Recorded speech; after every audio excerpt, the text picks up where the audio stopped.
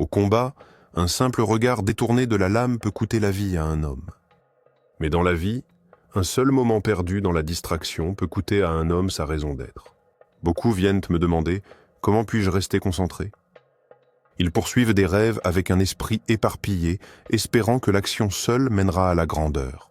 Mais la vérité est simple. On ne peut atteindre une cible si nos yeux ne se fixent jamais. Lorsque j'étais un jeune guerrier, je m'entraînais auprès d'un moine qui ne parla pas pendant 3 ans. Je lui demandai un jour « Comment as-tu enduré un tel silence ?» Il me regarda avec une tranquillité que je ne comprenais pas encore et dit « Quand tu vides la coupe, l'eau devient claire. » Ceci est l'essence de la maîtrise de la distraction.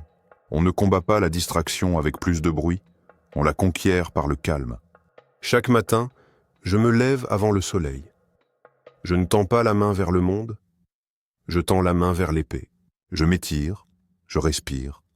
J'écoute le silence avant qu'il ne disparaisse. C'est dans ce moment où le monde ne vous a pas encore touché que votre esprit est le plus tranchant. Non parce que vous faites plus, mais parce que vous êtes enfin.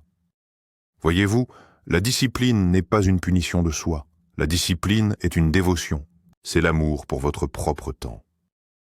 Laissez-moi vous demander, traitez-vous votre temps comme une épée ou comme une pièce jetée à la foule? Nous vérifions nos appareils 100 fois par jour, mais combien de fois vérifions-nous notre but? Nous répondons à chaque vibration, chaque flash, chaque voix, mais ignorons la seule qui compte vraiment, la nôtre.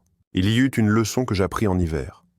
On me demanda de monter la garde toute la nuit, froid, seul, sans feu, juste moi et le silence. D'abord, mes pensées hurlèrent, puis elles chuchotèrent. Puis vint la paix. L'esprit devient clair quand on ne le divertit plus. Cette nuit m'a appris qu'on n'a pas besoin de plus d'énergie. On a besoin de moins de fuite. Coupez l'excédent. Aiguisez votre intention. Alors si vous me demandez « Comment puis-je accomplir quoi que ce soit sans distraction ?» Je répondrai « Décidez ce qui mérite votre épée et rengainez-la pour tout le reste. » Entraînez votre attention comme vous entraîneriez votre corps. Donnez à votre concentration un lieu où appartenir et non errer. Et souvenez-vous, quand l'esprit est ancré, le monde bouge, mais pas vous. Vous n'avez pas besoin d'être plus rapide. Vous n'avez pas besoin d'être plus bruyant. Vous avez seulement besoin d'être présent. C'est la voie de l'imperturbable. Suivez-la, et rien ne pourra vous détourner de votre chemin.